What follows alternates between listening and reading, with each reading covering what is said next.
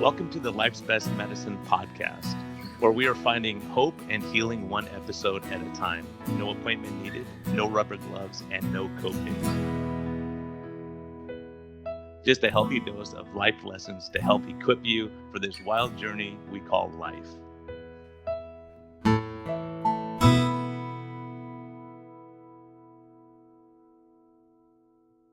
Hey everyone, this is a friendly reminder that we are here for entertainment purposes only. We may not even be that entertaining at times, but this is not medical advice. Talk to your doctor, check with your healthcare professionals before making any lifestyle changes or medicine changes. What we're talking about is our clinical experience and what we've seen. And so, if you really want our advice, you can consult us. You can actually consult me as a doctor, or you can consult my guest and get all your questions answered. But we can't give free medical advice because we can't pay our bills with that, but we can help to educate you a bit and allow you to think a little bit. And always reach out to your medical professional before making any lifestyle changes. Thank you. Discover a new path to wellness at Arizona Metabolic Health. Dr. Brian Lenzkes offers advanced medicine and personalized care, treating the root causes of your health concerns, not just the symptoms. Whether you're seeking direct primary care, effective diabetes management, or medical weight loss, with a holistic approach, our team is here to guide you every step of the way. Visit ArizonaMetabolicHealth.com today to learn more about our innovative health solutions. Oh my goodness, everyone, it's May. That means summer's coming, swimsuits and fancy clothes and all that kind of stuff. So gosh darn it, we gotta fix all the problems we did during the holidays and everything. So hopefully we're all staying on track. And I just want to thank Health Code for sponsoring this episode. They're helping us get into better shape and eat good nutrition and have some sweet stuff too along the way. So they have tons of recipes at their website, GetHealth, GetHLTH.com. And also we have a promo code METHEALTH for metabolic health, METHEALTH. And so please help those guys, buy their products, use it. If you have parents who are getting older like mine, this is the best thing you could possibly do for them. Give them good nutrition and give ourselves good nutrition to prevent all these other things that are coming our way as we get older. So thank you, Health Code. And also try their berberine if you haven't tried it yet. It's a great berberine and it has anti-inflammatory in there. So, that's really good too for metabolic health. So thank you for listening and enjoy this episode. Hello and welcome back to the Life's Best Medicine podcast. Today's an important one. This is stuff you hear me rambling about because I see it in my practice day after day.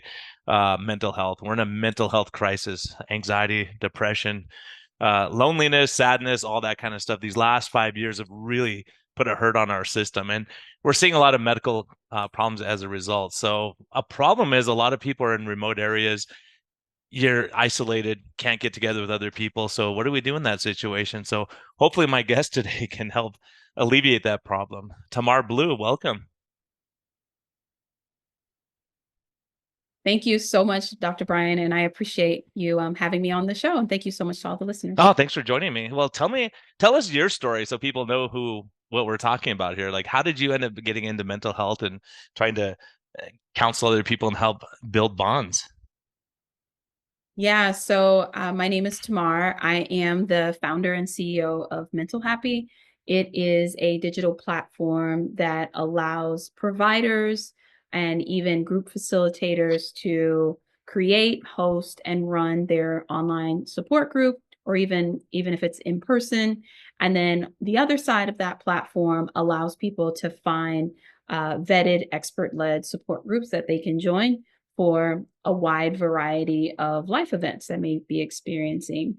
My experience started way back in the day. I'm going to age myself. In high school, I started my very first support group called Safety Ambassadors, and it was me and a couple of classmates. It was really just a program to help support underclassmen that felt maybe isolated, maybe they were getting bullied, maybe they didn't have anyone to sit with at lunch. We would pair them kind of like the cool kids so that they can have someone to like walk them to class, or have someone to sit with at lunch, just so they're not caught alone or in so much isolation. And that passion just always stayed with me as I grew up, got older. got my degree in sociology and economics. I just really still had a passion for groups and learned a lot about technology and how tech can really fill the gap within the healthcare system in terms of services. So with MentalHappy, it's a really great program. It's a really great platform for providers who want to offer supplemental care to patients, clients, or even refer patients and clients to something where they can get supplemental care if they can't always drive back to somewhere. And then it's also a wonderful place for people to find those expert-led, pre-vetted groups and know that, it's going to be someone who says the things who actually knows the things that they say they know. Yeah, and being able to do it in a group setting, it's so important. And then also being able to be in the comfort of your home so you don't have to go to an office where it's sterile and you feel uncomfortable and have to drive there and find the place and all that. Absolutely. And then when you think about people who live in rural areas, which more than a third of the United States does, it's very difficult to think about needing childcare, gas. Maybe you don't live on a bus line. So we're really seeing an expansion in telemedicine and these type of virtual group spaces, especially as providers themselves, doctors even, are in a place where, the caseloads may be very heavy. They're feeling a little burnout themselves. Less people are entering the mental health professional. More people are actually quitting the mental health profession. So creating this scalable model for client-facing modalities is pretty critical in keeping the industry going and viable and able to help the increasing demand of people. And that's a huge issue, right? That's a big thing is that, if I do a referral to a psychologist, sometimes it'll take 6 months to get in. Yeah, everyone's backlogged. So to Yeah, be able to say, okay, let's do a group meeting. And that was one thing being in the standard model for a long time. I do a lot with diabetes, and a lot of times lifestyle, dietary changes, stress management, those kind of things can really help. So it's funny because at the end of the day, my medical assistant would say, do you realize you say the same thing all day long to different people? I was like, yeah, wouldn't it be nice if I could just have them all in one group? So now I do group yeah. meetings with my patients, and we could do Wednesday nights. Like next Wednesday, we have our group meeting, and everyone's there, and we can talk about whatever's on people's minds. And then, it's me 1 hour of my time instead of 100 hours of saying the same thing over and over again. Absolutely. Yeah, and you painted a perfect picture of like how this helps you scale your expertise, right? Because in that patient need, well, two things that you touched on. One, you're in metabolic health and, integrative medicine health, but you're talking about like mental health and support groups. And what's really great about that is that we definitely see how our platform with MentalHappy can be a support even in physical health care, right? Hmm. Not just mental health Hmm. related. It doesn't have to be mental illness related. If you are someone navigating, reducing your diabetes or even reversing it or managing it, and there are lifestyle changes, right? There's diet, there's exercise, there's your family kind of understanding those changes that you're experiencing in life. Why not learn those things in a group? Because you, as the doctor, you're there for 20 minutes, and you're mainly talking to them about managing the care aspect of it. And it's not that you don't want to talk about all the nuances and educational things that they should know for their journey after they leave your office, but it's just, again, your caseload, you have everyone to see, but there are some really great knowledge base that you could share in a group setting, right? Yeah, not only that, the best part about it that I love is, we'll be there and someone says, "Oh, I'm having trouble. I'm eating healthy all day and I get home and I'm stressed out from a hard day and I eat cookies all night or whatever it is." And someone Yeah. else in the group will say, I was doing the same thing. Here's what I did. I started doing this habit or, going for a walk instead, or I did this. Other people will all help each other. And to see that where it doesn't have to be my opinion or people have an expertise because they've just experienced that same thing.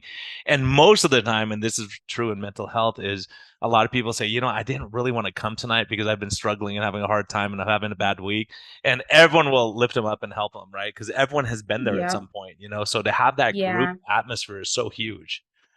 Absolutely. Yeah. And you learn these real life things in real time where it's like, yeah, I really struggle with nighttime eating too. So, what I started doing, with my wife and I, or my husband and I, is yeah, we'll go out in the evening and we'll take a walk in the times that Hmm. and I'm exhausted by the time I get home. So, I just go to sleep. Or, yeah, I used to drink this type of soda, but I actually found this sparkling water that's really good and organic. You know what I mean? And it makes me and it's like, oh, okay, I could swap out these things and still feel good about myself. So yeah, there's a lot of like nuances that you really gain in real time. I'm thinking of a very specific group participant feedback that we received once, where this was a caregiver support group, and the Oh yeah. participant in that group was the caregiver to her mother, who had been really in this long journey of managing cancer for something like, 8, 10 years. It was just quite a long time. And even though she was a seasoned caregiver, she still decided to join a support group, even though she didn't really think she was going to learn anything new. She just didn't want to feel lonely in the caregiver journey anymore. And she was like, I learned a ton of new stuff. She was like, I learned how to rearrange my mother's house so that if she does take a spill, if you had surgery on your brain, you're prone to strokes. So you're prone to like falling. So she said, she learned that. And then her mother had to take like new medication. And someone gave her a really great smoothie recipe where it had nutrient dense ingredients, very low in sugar. And, so it's just all this life stuff that she learned in real time that, again, she didn't want to do the support group. She didn't think she'd learn anything, but it was actually quite helpful in solving her loneliness and giving her that information that she just didn't know at the time.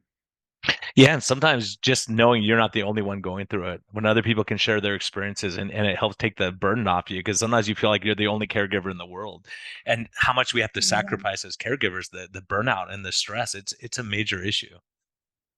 Yeah, I wish there was more. We're starting to see a lot of those informal caregiver support groups on our platform. I just wish there was just more of a narrative outside to talk about how large the informal caregiver community really is.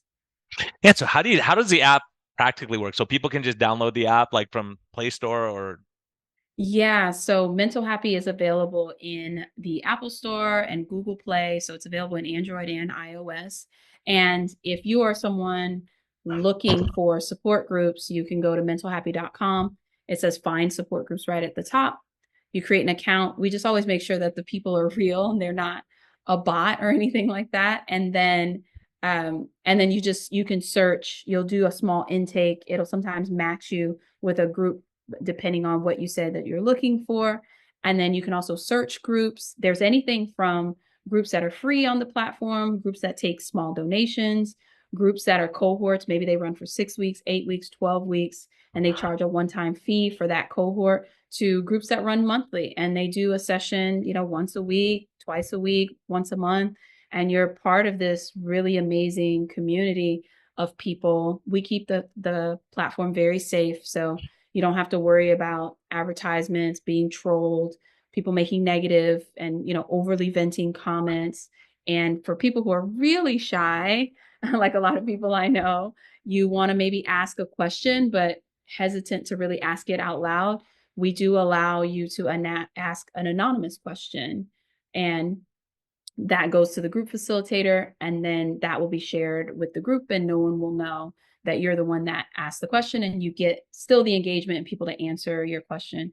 If you are a group facilitator, whether you're a licensed professional, a doctor, or even people we call like advocates and survivors, it's pretty easy. Still go to mentalhappy.com, click on get started, and fill out the set up your group in about 5 minutes, and you're up and running in your group. And then our team can help you understand like how the platform will work for you, how it works for your clients. We've seen organizations really start off with just 3 groups that they first had on their platform. One organization really wanted to do more because it was the core part of their practice. They've scaled up to 22 groups on the platform just because it's a much more effective way of running a group the way they did before, in terms of they used Eventbrite to promote the group, and they used WhatsApp for chat, and they had PayPal link to accept yeah. money. And or for people who are providers, they have like maybe a EHR to accept money, or it was just like a lot of tools and components all over the place. But when you're a provider on our platform, it's very easy. You get a safe space, you get a unique URL to onboard clients or patients. You control the privacy, so the group can either be discoverable or completely hidden because it's maybe just for your clients. And then you're able to easily accept payments, set your pricing, send out messaging, just all in one place. I know this from experience because we struggled with running our own support groups. We had we were on a social media site with over like 80,000 group participants, like, Wow. and we were trying to structure all these little mini sub communities, subgroups, and we had to bring in group facilitators, and we were trying to collect payment on their behalf, and we would get hit with like spams all the time. Come to this nightclub, and we're like, it's not what we're doing here. So it was very difficult to manage. So we understand that journey, and that's why we make the platform simple for both people looking for a group and people trying to manage a group as well. Yeah, that's great. And then you get put in specific issues, like if someone's struggling with anxiety, depression, loneliness, substance abuse, things like that. Are there all topics like that that people come in for? Yeah, so yeah, absolutely. So I've seen groups I'd never thought of, right? Because like you said in the beginning, unless you're walking that life walk, you just kind of feel alone. And then you realize like, oh, there's actually a lot of people going through it. When Yeah. people think of mental health, they just think of the top things, right? Depression, anxiety, and then just even the crazier things like narcissism or schizophrenia. But we oftentimes don't think of mental health as something that like ebbs and flows and goes up and down throughout our entire lifetime, and how life events can sometimes cause us some type of emotional or mental decline at some point. If you are managing diabetes, that's really frustrating. It could even be really isolating, right? Even Mhm. though that's not you don't have a mental illness, you're still managing the emotional attachments that you have with eating, the emotional attachments that you have with any type of, you're probably aware of like trauma informed care, right? And how that relates to physical illness. So, or even if you, let's say you're experiencing deep heartbreak, and whether it's heartbreak or you're going through a divorce or maybe you're transitioning out of the military, there are a lot of things, or you had a baby, there's just a lot of times in life where you can experience emotional decline, even for some of the positive things, to be honest, sometimes. Yeah, so there's so many like newlyweds, like figuring out how do you get through that first 6 months of marriage when you're figuring each other out, living together now, and all those kind of things too. Just having Ye- support, and so generally you'll have a facilitator, and then you'll have 5 people in a group or 20 people in a group. Does that do they probably Yeah, vary? Yeah, it varies quite a lot. Group facilitators control all of that. We're just the platform that allows it to happen. They can pick their subject matter, they can decide how many members they have in their group. I was talking to someone yesterday. She had, I think, like 54 members in their group. Talked to someone the other day.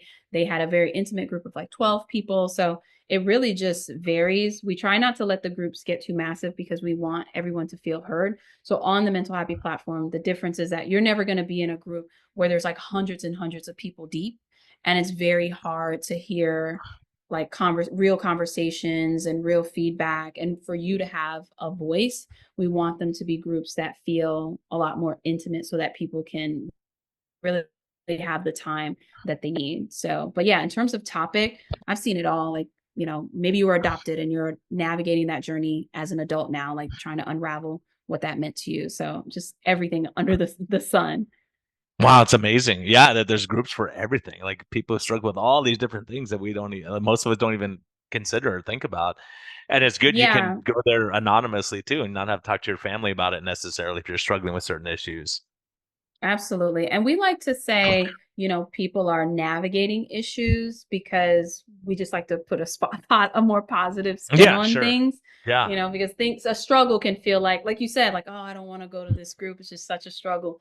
But if you're just like navigating, if you're just kind of like going through it, it's a little bit easier of a place to land and not feeling so much shame in yourself in that struggle. No, it's like having a trainer. You could be working out forever and you're not getting results. Someone who knows what they're doing says, "Look, here's the tools you need," and then giving those people tools or sharing those tools. And then it's amazing when Yeah, people have benefited over time because some people are probably there for a while, and they can help the new yeah, people coming in. And like you're saying, like it's so great. Like in the school when you have yeah, the new kids come in, they go, "I don't even know where my locker is. I don't know. I know how it felt at my first day of high school, and where do I yeah. go?" And It's I found it's upperclassmen to help me. overwhelming. Yeah, it's overwhelming. So just having Yeah. someone that can help navigate these things, and I think a big thing is just knowing that you're not alone. Like there's a study I like with seniors, and they took seniors that were in a nursing home, and half of them they went to choir once a week, and that was the intervention. And then at the end of the study, a 6 week program, their doctor's visit went down by 80%. Their like all their self perceived health. Everything got better. It's not like they were working out at choir practice, but they were having a group, someone that they could talk to about their concerns or stress, or that their son's being mean to them or whatever. And they did better on all these criteria.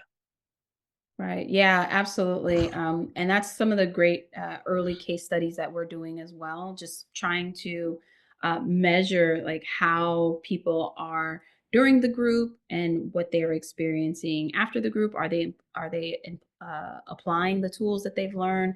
How has their family life or their emotional health improved? This type of data is really just kind of in a few journals and studies, but we would like it to be, relevant and in real time information that groups of facilitators can use, month over month or even, per cohort that they have for their groups. Yeah, we have a lot of data on that already. Not specifically to you, but data just saying group people do better when you have group meetings, the sense of community. And like we talked about early childhood trauma, the effect on physical health with asthma being worse, COPD, cancer, heart disease, stroke, you name it across the board. And it's like our failed coping mechanisms and how our body Yeah. reacts to stress it has such a huge physiologic and that's one thing in medicine we just totally neglected for the most part. Yeah, absolutely. One of my key dreams is to have the step one be okay, yes, someone goes to a hospital or a doctor, and then step two, there's this immediate streamline into like, yeah, now you can find these support groups with Mental Happy because there is such a disconnect on sometimes how emotional trauma can. Now we're finding out that it can trigger even autoimmune disease. So stress can trigger autoimmune disease or it can like really inflame cancer, right? Like it can make it a lot worse. So I wish that we really integrated those two things a lot closer, just even in modern medicine. Yeah, it's incredible. That's something that people say, well, this isn't medical, but I'm gonna tell you, I'm going through a divorce and I got all these. This is medical. This is medical, right? It's very medical, Because yeah. yeah, and like you said, with autoimmune disease, when you look at it, in the neighborhood of 90% of people with autoimmune disease had a major life trauma or stressor within a month of that onset. And you go, wow, that's not a Yeah, coincidence at that point when it's that no. high of a number. You go, wow, but it has so much physiologic effect on the gut microbiome and the acid in your stomach, all these things that really have an effect.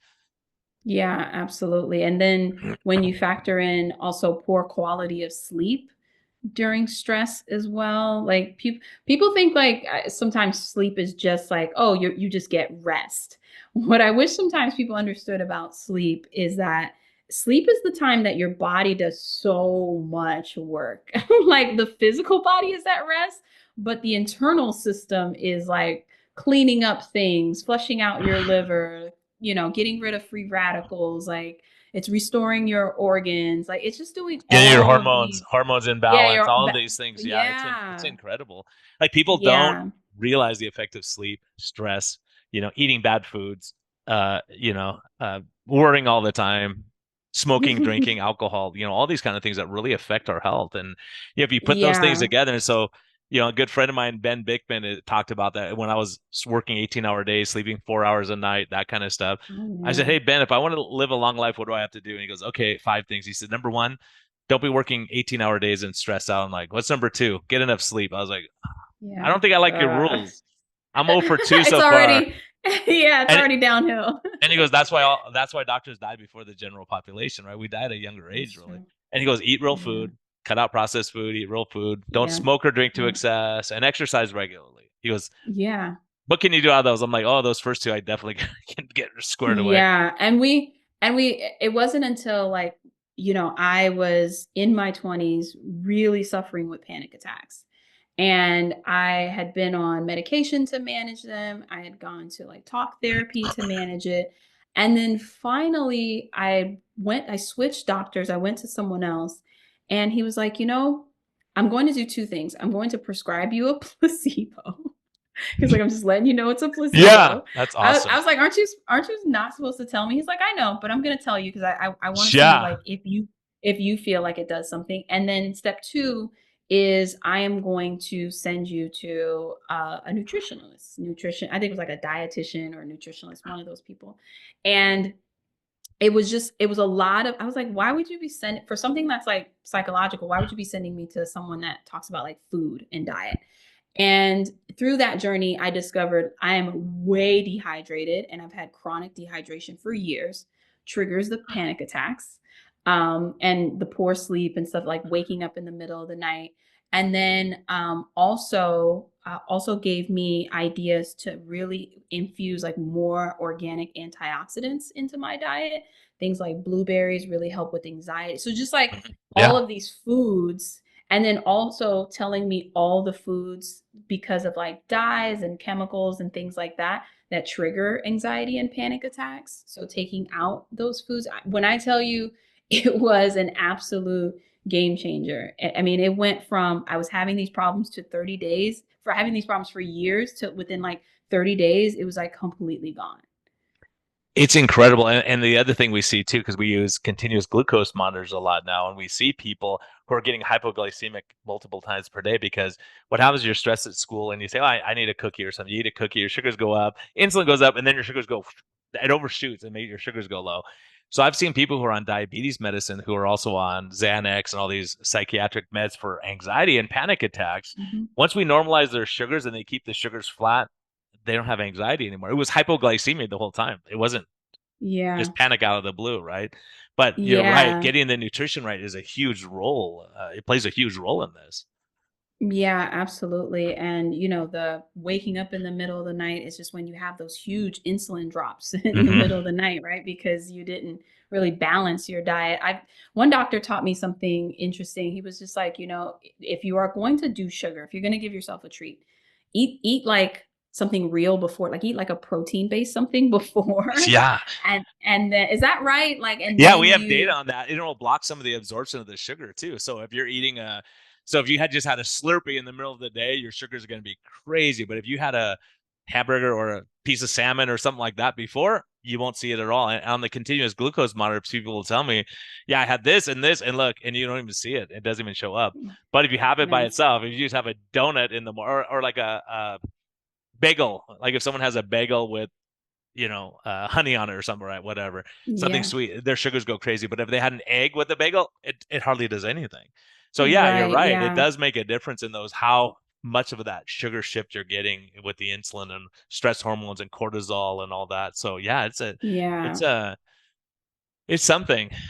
Yeah, Yeah, it's just we always assume that, oh, anxiety comes from like all these social pressures, and it's just like, yes, maybe, but it's mostly it's mostly tied to, at least in my experience, it was just mostly tied to this really horrible. I mean, in our 20s, just you treat your body like trash. And yeah. that's Well, you're a college student, you're struggling, you're studying, you go, okay, yep, let's have pizza, let's have, have some yep. Coke while we're, those kind of things. That's And it really exactly what it plays a was. role. And we see that, they call it the freshman 15, where people gain 15 pounds during their freshman year because a lot of times you're away Hmm. from home, you're stressed out, you're turning to food more, and then you just get into this hunger cycle that really is hard to break, Hmm. Yeah, So yeah, absolutely. stress plays a role in all this, and it's amazing how it all circles around. Like the root Hmm. cause comes back saying, "Oh, if I fix my nutrition and my exercise, and maybe just the way this is why what you're doing is so important. The way you view the world, just having gratitude and saying, "Oh, there's good things in life. Life's not all bad." Changing your perspective on the Hmm. same situation, you do that much better. Yeah, absolutely. Like even I was talking to a therapist who her teachings were, and I'm escaping clipping on her name, but the her teaching was mostly like instead of saying like, I have diabetes, you could say something like, oh, I'm working on healing diabetes, or I'm working Hmm. on reversing my diabetes, or I'm working on, managing it. Just that positive shift in perspective versus like owning this thing forever. Yeah, and to say, I mean, even like for us, it was frustrating because the American Diabetes Association says diabetes is a chronic progressive disease. Well, it's not. If you change what you're doing, a lot of times we can get better. So putting that power back in the patient, they say they could either take Mhm. control of it or they could just take drugs. Or you say, well, if I don't want to take drugs all the time, and I saw what happened to grandma Right. with 32 medicines, and all those have Right. effects on your brain. So you go, okay, can I live a healthier lifestyle? Because the crazy thing, and because I look at a lot of continuous glucose monitors, if you're under major stress, your sugars go up like crazy because cortisol goes up and it will actually, Cortisol. yeah, it'll actually break Yeah. down muscle tissue to raise the sugars because telling you you're gonna have to run out of this room, something bad's gonna happen, you need sugar right now, and so sugars go higher and people get so. It's funny. I'll see stuff and I go, "What did you eat on Wednesday at 2 o'clock?" Wednesday, I didn't eat it. Oh, I got into a fight with my husband. I'm like, oh, okay. So when diabetics are going through life stress, it Mm, just tells you you could try to eat a low carb and cut out sugar and all that. But if you're stressed, intense, and bitter and hate the world, you're not gonna have the yeah. effects other people are gonna have who are laughing and going and Yeah. sitting by the beach sometimes, and even knowing it's okay to slow down sometimes. Yeah, that's a good one. Yeah, it's just I just love how like everything in health and mental health, like it's just really it's not these two separate things that we thought they were for a long time. They're just deeply rooted in one another, just deeply into. I mean, the brain is inside the body. All your emotions are inside the body, so can't assume that it has nothing to do with the gut or any other organ in the body. Yeah, and your brain's looking at your gut, and your gut's looking at your brain. And so one thing that was interesting, I heard someone get a friend of mine giving a talk, and she said, name an animal that eats when it's stressed. Like if you take your dog or cat to a new environment, they'll make sure everything's safe first. They won't. You can put all the food in the world, they won't eat it. But us, Yeah, yeah, and a deer running away from a lion doesn't just stop and eat. They go, "I'm getting out of here." And for us, I'm. when we're stressed, we go, "I need to eat something." And your body Yeah. is shunting all the blood away from your gut. So then people are having a lot of gut problems and stress. And like Mm. this whole thing we talked about with stress before you get these autoimmune diseases like colitis. And colitis, a lot of times, people develop it under major stress. They're a Mm. type A person, they're in college and they're working as hard as they can, then all of a sudden their gut is destroyed. So sometimes Yeah. calming it down, and it's amazing. I was just on a medical trip to Guatemala, and one of the guys who came on the trip, he said, he knew Spanish, but he goes, other than that, I'm pretty useless. I don't know anything about medicine. I don't know what I'm going to do. And in our first clinic, there was a lady who they were cleaning her ear, and she was already having a lot of anxiety stuff, and she had a full blown panic attack. So everyone's freaking out, and they go, "Doctor, you got to come from your clinic and see this lady. She can't breathe, and she's gonna." And he walk in, and he's there, breathe, and he's taking her through the deep In breathing Spanish, yeah. in Spanish, Yeah. and totally calmed her down. She's smiling and laughing. I go, "You're not totally useless here, are you?" Right? Because he was used in Right. that moment to really help this lady, Yeah. and he could connect with Yeah. her, and he just calmed her panic attack down. So just changing her breathing, and sometimes just having a different perspective on life can help.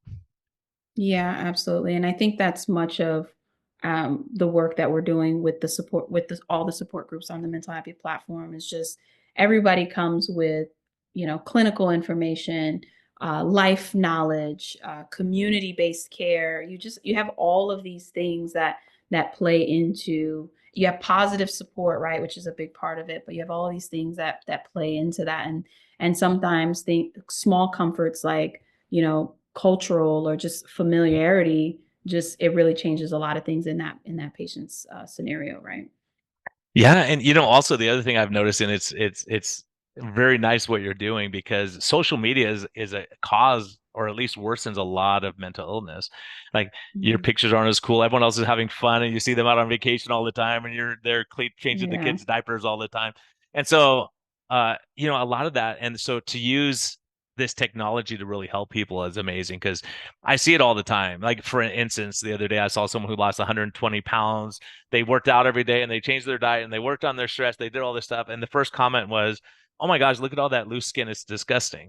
And you're like, Oh man. really? That's how you're and it says more about the person who commented because why would you Yeah. say that? Why do you have the need to say something negative for someone who's changed their whole life and they're making positive steps? Yeah. And then the skin will, it'll bounce back. It just takes a it just takes Yeah, a it takes a little while too, longer. longer too. Yeah, right. Yeah. As someone who's had a baby, I can tell you. Yeah. It just takes a while to pull it all Yeah, be back. But patient. Be patient with that. Yeah. yeah. So what Yeah. are some But the of the body's things incredible. What are some of the things that you love about your platform? Like, where are there any things that surprise you or stuff that you learned that you're like, wow, this is like beyond what I thought it was going to be?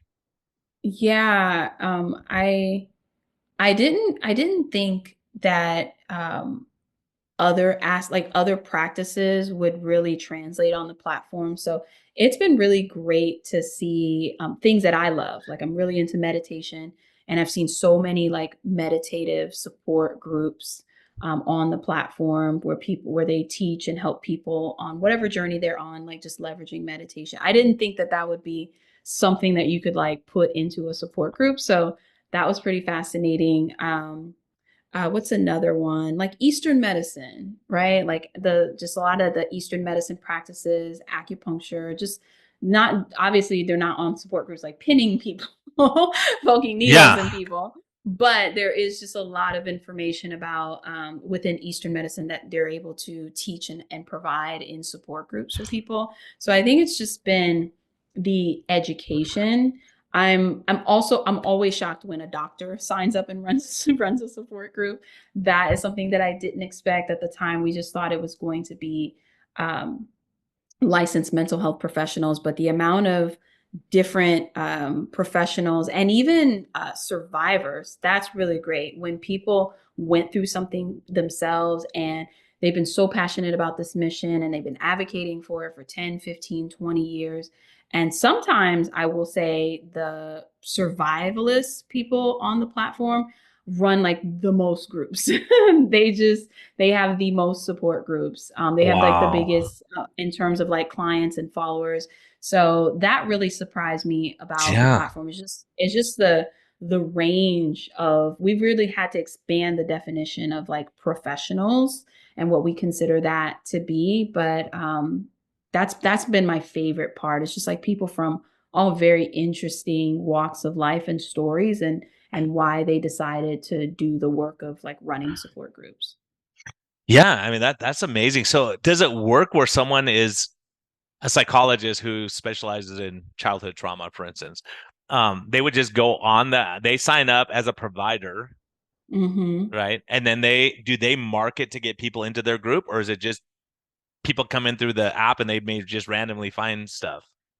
Yeah, so it works both ways. So if let's say you are a group facilitator and you're licensed in, childhood trauma and you want to run a support group, sometimes we have people who they don't do that work. They just only had a one-to-one practice and they're just kind of starting their group on our platform. Still a great place to be because just we have over 15,000 people on the platform waiting for groups, active in groups. So, and that's growing every day so people can just find your group if it's available. And then we also have a vast majority of groups that existed somewhere else and they moved their members over.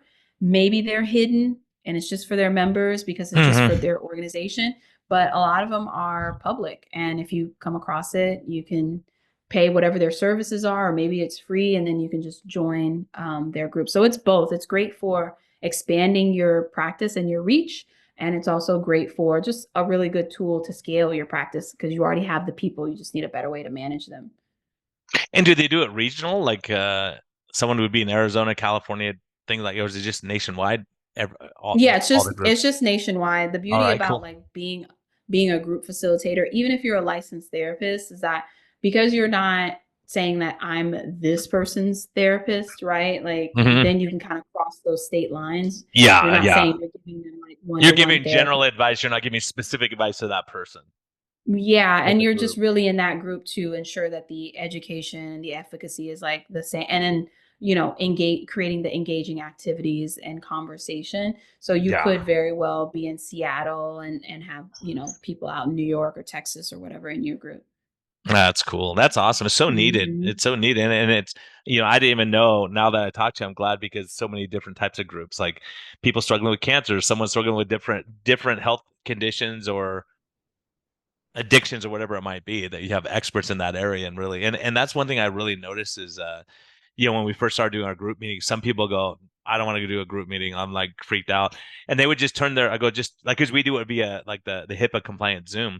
And so Yeah. for the first couple of meetings, they would just have their screen off, muted. And then all of a sudden, cause I'm like, and some people are saying, look, that's the time when I'm, cooking dinner or I'm doing stuff at home so they can listen. Hmm. And then all of a sudden, and the second time they're there, they're totally engaged in leading the Oh, discussion, you that know? is very typical. We see that a lot. Like people will join, they don't really want to. They're just kind of a fly on the wall in the Hmm. group. And then as it kind of gets underway or someone says something encouraging, they come back the next day. And if there's a session, yeah, they'll sometimes just, camera off, on mute.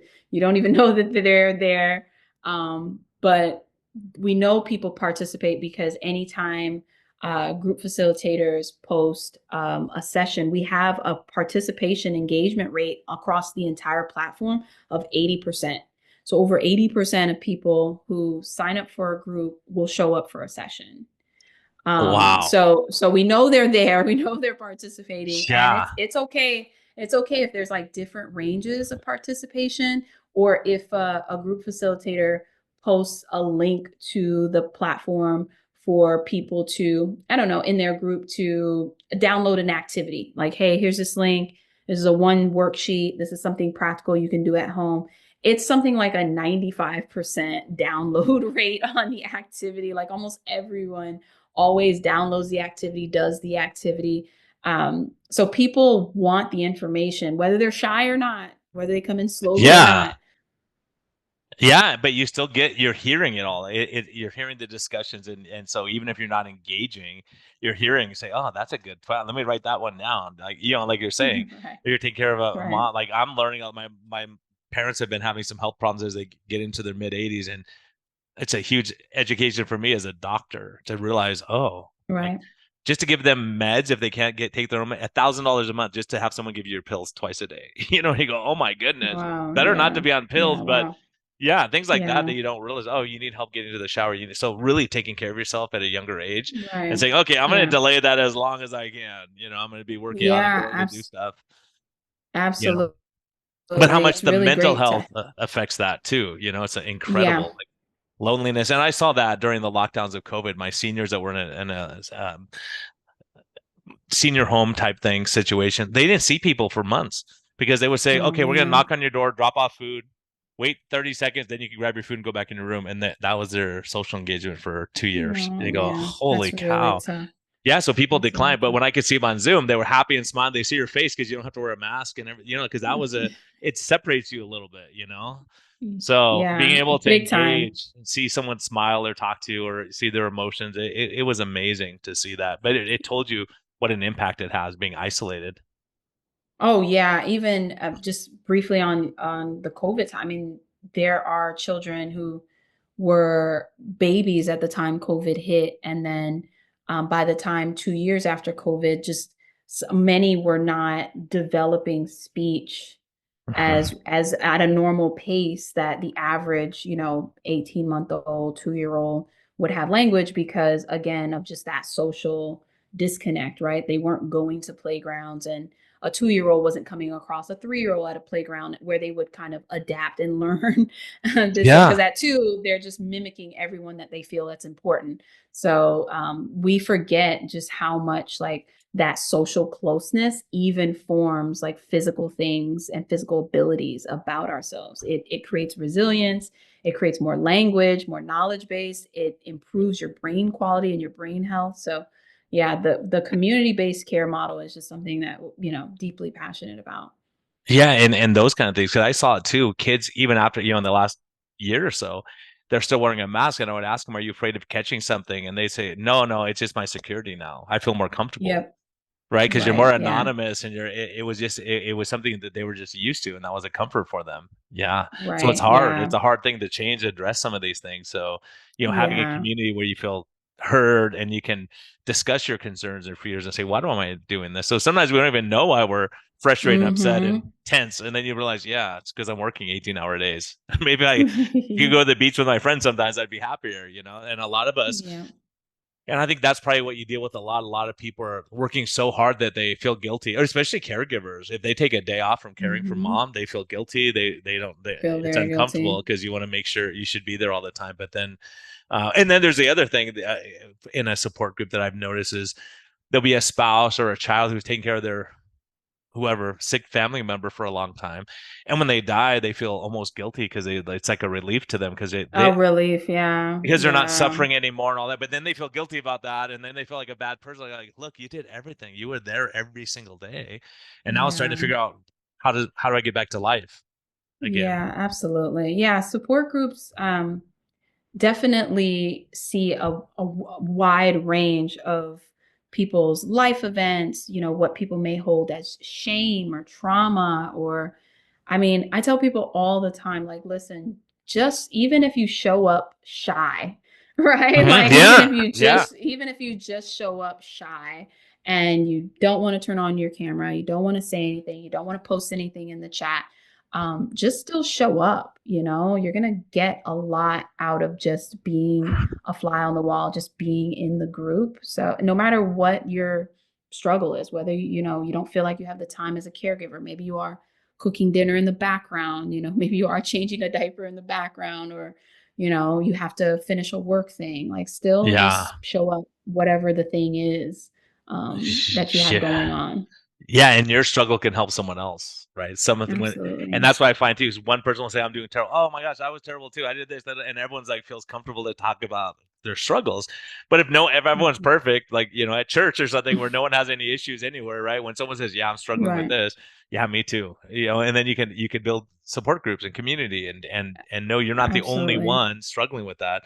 And you're right, the Absolutely. guilt, the shame, and the struggles, and I see people there in their 70s and they're still scarred from what dad said when they were 9. I I know. mean, those things that you'll never make it. You're not Mhm. as smart as your brother. Why can't you be like your sister? Those kind of things. And so having that Mhm. support is so huge, Yeah, for sure. Yeah, definitely. and redirecting and all that. So I have to ask you, because you're helping a lot of people and you're doing good stuff. What's life's best medicine for you? Like, where do you go when things are hard, when things are a struggle, or what motivates you? What gets you out of bed and gets you excited? Or what would you tell people is like this is important stuff people to listen to in life? Yeah, so I love nature. I think it's I was really into your show because I think nature is really life's best medicine, because you get all the things, you get fresh oxygen, you get sunlight, which gives you vitamin D. It really just changes and boosts your mood when you look around at nature. It's just like everything's kind of working, right? Like the trees are treeing, the Yeah, birds are doing yeah. their thing, the insects are doing their thing. It just so in my most stressful moments, or when I just, even if I'm not that stressful, I just need a break. I live in a very small city, but there's kind of forest and trees everywhere. So it's just usually like a 30-minute walk to get into like a good surrounding of trees. And, and I love it. That's just my answer for a lot. When I can't figure something out, I'll just, forget about it and then just go for a walk and then just be in the trees and I'm like, oh, okay, yeah, now it all makes sense. Yeah, that's huge because those things lower all the sun, the exposure, being out, seeing birds flying and doing like even when life thinks it's ending, the birds are still doing their thing. Everyone else, life's going on. But those Yeah. lower all the stress hormones and cortisol and all that, and it's so Mhm. amazing. You come through these, and a lot of writers will do that. They say, I can't do that. I'm going for a walk. And they take a walk and they come back and they go, oh, that's how the plot's going to go. That's easy. Like, Yep. why didn't I think of that before? But Right. so many of us are in that chronic state of stress that, doing meditation, yoga, those kind of things just slow the thing. And you go, oh, my brain can work and I don't have to be distracted by Yeah. so many things. Right. So that's Yeah. great. That's great And I advice. think it just takes like a 30-minute walk and you're the doctor, you can tell me, but is it like a 30-minute walk can really start to lower cortisol and like lower, like it doesn't take a Yeah. lot. Like you don't have to run a marathon or anything like that. Yeah, and we have studies that go, look, if you're stressed out all the time and you're busy, just doing 2 minutes of jumping jacks, like 4 times a day, is Oh. almost equivalent to running like 4 miles on the treadmill. Just breaking it up during Oh the day to wow. keep your body saying, "Hey, everything's okay. You're not dying." Because when you're stressed and you're sitting Mhm. there all day, your body's thinking, "Oh, you're not even out trying to kill something. I'm going to slow the metabolic rate down. I'm going to slow everything down." So if you move Mhm. several times a day, or just like you said, 30 minutes in nature, going out. I have a guy, one of my favorite guys. He lost a bunch of weight, and I go, "What did you do?" He goes, "It's the dumbest thing. You're not. I don't even want to tell you." And I go, "What is it?" He said, when I got home from work, my wife would always want to make dinner, or we'd make dinner together. But he said I would snack and have a couple glasses of wine and snack, and then we'd have dinner because I was just bored and hungry. And he said, I started just walking around the neighborhood super slow, just I'm not breaking a sweat. And I go talk to Tom about his gardening, and I go see the other guy. He goes, I just walk around the block for half an hour, come back, we eat dinner, we have a great night. He goes, he lost 32 pounds. That's his only change because he stopped taking in chips and crackers and whatever nuts or whatever he was Yeah, eating well, you start before drinking a lot dinner. of calories. Yeah. Yeah, and drinking a lot Right. of calories and all that, but it also calmed Mhm. his nervous system down. So I have people that Right. say when Yeah. they work out, they can deal with life better, You and so you're can. right, all the stress hormones and cortisol, but a big Mhm. part of it is the group trainings, group counseling and helping each other, and So it's Mhm. amazing. And I'm glad that's available to especially people who are remote. Like, some people are doing low carb diet and they're the only one in their town, you know? So when they can get together with people from all around the country, they're just so happy to hear, oh, other people are doing this, Yeah. whatever it is. It could be Yeah. anything. So, Yeah, because imagine growing up somewhere it's like nothing but fried food, and then you start talking about like a keto diet. It yeah, could people are be like, kind you're of crazy. Like, what are what? you doing? Yeah. That's have anything to do with it. Yeah, right. Yeah, yeah. So yeah, and Mhm. then just having that support for diabetics and whatever it is, like so Mhm. many things that, and it's amazing. So a lot of people write this down. So how do people track you down if they want to use your services or use your app? What's the easiest way for Yeah. them to get involved? MentalHappy.com. You can find the links to download. You can find us in the app stores. You can find the links to the direct app stores at the bottom of our webpage. If you're looking to find a support group, or if you're looking and considering like you want to start a support group, definitely check us out on mentalhappy.com. And how'd you come up with the name, by the way, of Mental Happy? I just, I was telling my co-founder at the time, I was telling him like, hey, I kind of want to start this thing, and he was like, well, can you describe it? And I was just like, I don't know. I just feel like, it just should be something where we focus more on like mental happiness. And I was Yeah, just it's like, awesome. I was like, I don't know. It couldn't be mental happiness because that's too long. And I was like, just mental happy. And he said, I'll tell you what, he was like, I'll tell you what, I'm gonna go online if the domain is available. But because I was telling him I don't really want to do it. I told him the idea and then I just walked it all back. Like, no, no, no, I Yeah, don't yeah, really want to yeah. build a thing. And he was like, I'll tell you what, if the domain is available tonight and the word mentalhappy.com exists, not .co or anything like that, then that's your sign that you should build it, because the That's it. fact that no Yeah, one's that domain means it's yeah. yours. Because in the world of domains, a lot of good domains are taken. They're all taken. I know when I started, I'm like, shoot, someone took that one already, and they're not I even using know. it. Then they'll charge you That's what ten he thousand said. dollars for. It's like, oh man, I'm not paying Right. ten Yeah. I've thousand seen dollars for domain that. ticket prices at Yeah, 2 it's million. crazy. Like, Yeah, it's yeah. ridiculous, right? Oh, So he was awesome. like, if So it's available, it's that means it's yours to do the thing. And it was, and he bought it for us. And yeah, and that's how it started. that's it. I love the name Mental Happy. I'm like, that's good. That's what a lot of us need. Just smiling, being happy, chilling a little bit, going for a walk in nature. All these things they're gonna pay huge dividends. So Yeah, yeah. absolutely. So everyone, go to Mental Happy. I like this. Tamar, thank you so Thank much for you. joining me. Great to have you. And Thank you, I'm waiting to Dr. hear B. I appreciate it. what your next adventure is going to be. You're probably going to be writing books and doing all kinds of stuff, huh? I don't know about that. One thing at a Yeah. time. Whenever you say no, then it happens. You're like, okay, I think I'm going to do this, whatever. So, so awesome. So great to have you. Have a great Thank weekend, you. and thanks for all the good Thank work you. you're doing. And it is really important. Thank you, everyone. Appreciate you listening.